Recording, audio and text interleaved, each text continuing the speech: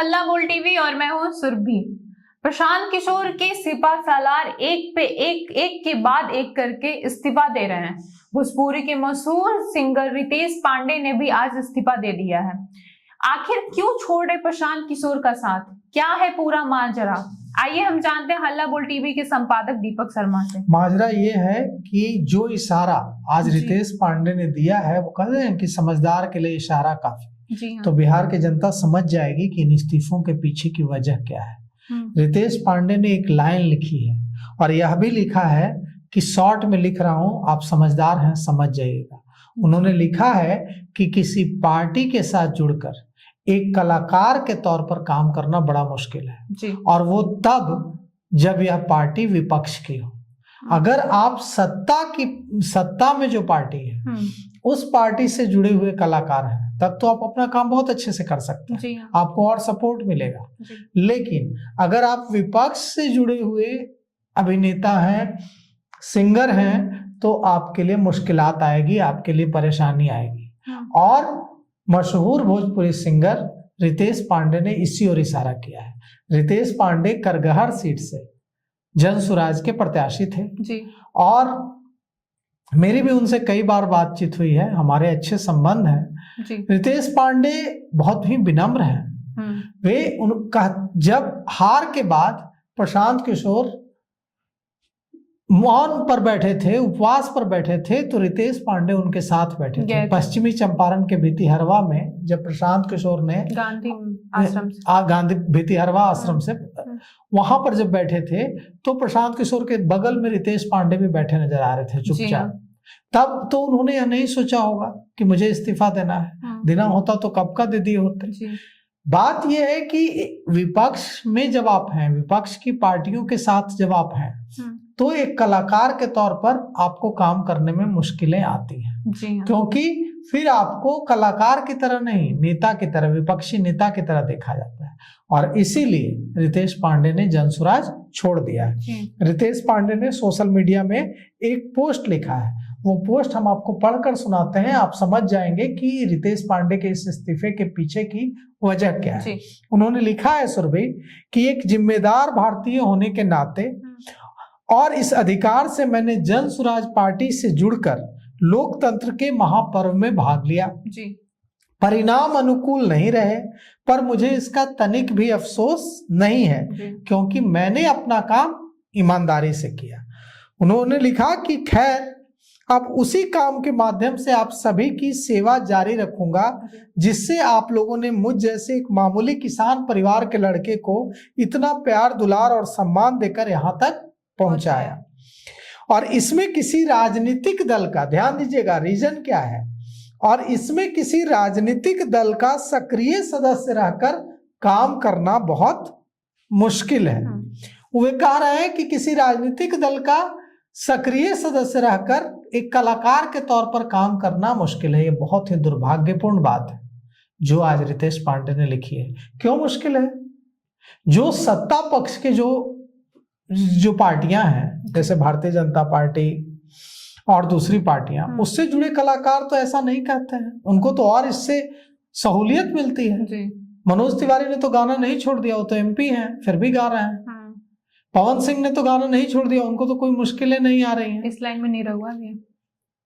तो विपक्ष से जुड़े जो विपक्ष की पार्टियां हैं, खेसारी का वही आपने देखा, उन्होंने कहा कि मैं राजनीति नहीं करूंगा।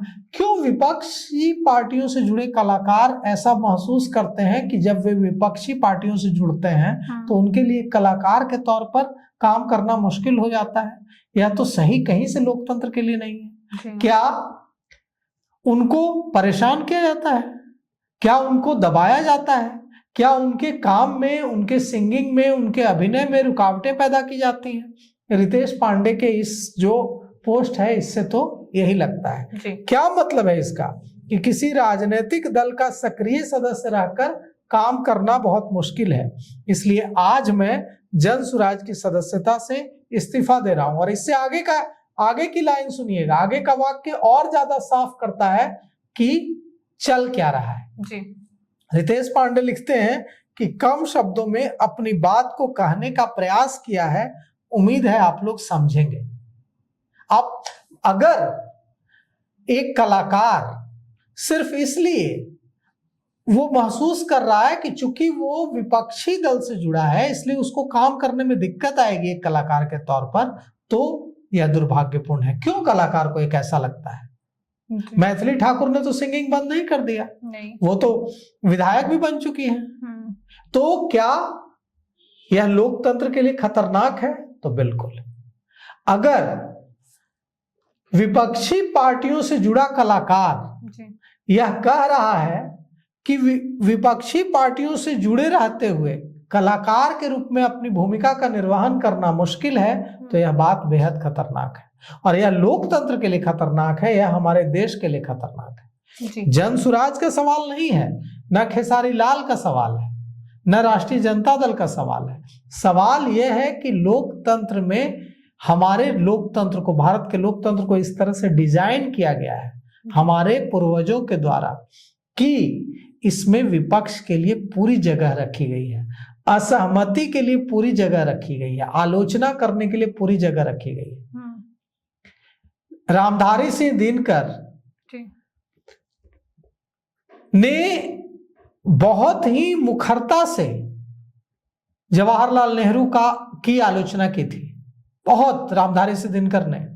लेकिन रामधारी सिंह दिनकर और जवाहरलाल नेहरू के संबंध कभी खराब नहीं हुए, व्यक्तिगत संबंध बहुत अच्छे रहे जी। एक बार जवाहरलाल नेहरू सीढ़ियां चढ़ रहे थे तो वो लड़खड़ा गए, तो रामधारी सिंह दिनकर ने उनको पकड़ लिया गिरने से। तो जवाहरलाल नेहरू ने रामधारी सिंह दिनकर को कहा कि थैंक यू। तो रामधारी सिंह दिनकर ने जवाहरलाल नेहरू को कहा कि नहीं, धन्यवाद की क्या बात है, जब जब सत्ता लड़खड़ाती है साहित्य उसका सहारा बनता है। तो क्यों साहित्य को अब लग रहा है कि अगर वो सरकार के खिलाफ बोलता है या विपक्षी पार्टियों के साथ मिलकर काम करता है तो उसके लिए अवसर कम हो जाते हैं कलाकार के तौर पर? अगर कलाकारों को ऐसा लगता है तो यह सही नहीं है। ऐसे संकेत खेसारी लाल ने भी दिए, ऐसे संकेत रितेश पांडे ने भी दिए।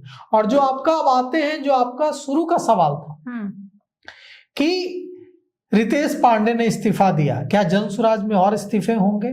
तो बिल्कुल होंगे, जनसुराज में और इस्तीफे होंगे। अभी चर्चा चल रही है कि आरसीपी सिंह भी जनसुराज छोड़ेंगे और वे नीतीश कुमार के साथ दोबारा जा सकते हैं, ऐसी चर्चा चल रही है। और भी कई नेताओं की चर्चा है कि वे जनसुराज छोड़ेंगे। क्यों? इसलिए क्योंकि जनसुराज जब बना था तो सारे नेता इस उम्मीद में जनसुराज से जुड़े थे कि प्रशांत किशोर का जादू चलेगा। प्रशांत किशोर का जादू चला नहीं। जब प्रशांत किशोर का जादू चला नहीं तो उन्हें कुछ मिलता नहीं दिख रहा है। जब उन्हें कुछ मिलता नहीं दिख रहा है तो अलगाव बढ़ेगा, दूसरी पार्टियों की रुख करेंगे जहां मिलने की संभावना है। तो जनसुराज में आने वाले दिनों में और भी इस्तीफे हो सकते हैं और कई ऐसे सिपह सालार जिन पर बहुत भरोसा करते होंगे प्रशांत किशोर, वो प्रशांत किशोर का साथ छोड़ सकते हैं। विधानसभा चुनाव के परिणाम में करारी हार के बाद प्रशांत किशोर के साथ रितेश पांडे छोड़ चुके हैं। हालांकि जब वो पार्टी ज्वाइन किए तो काफी हलचल था कि उनको पार्टी में जहां से वो चुनाव लड़ रहे वो जीतेंगे, लेकिन चुनाव में जो जिस तरह के परिणाम आए हैं जनसुराज के, ये उम्मीद किसी को भी नहीं थी। ऐसे में हमें और देखना होगा कि इस पार्टी का कौन कौन साथ छोड़ने वाला है। इस पे आपकी क्या राय है, हमें कमेंट करके जरूर बताएं। ऐसे ही तमाम खबरों के लिए बने रहे हल्ला बोल टीवी के साथ। धन्यवाद।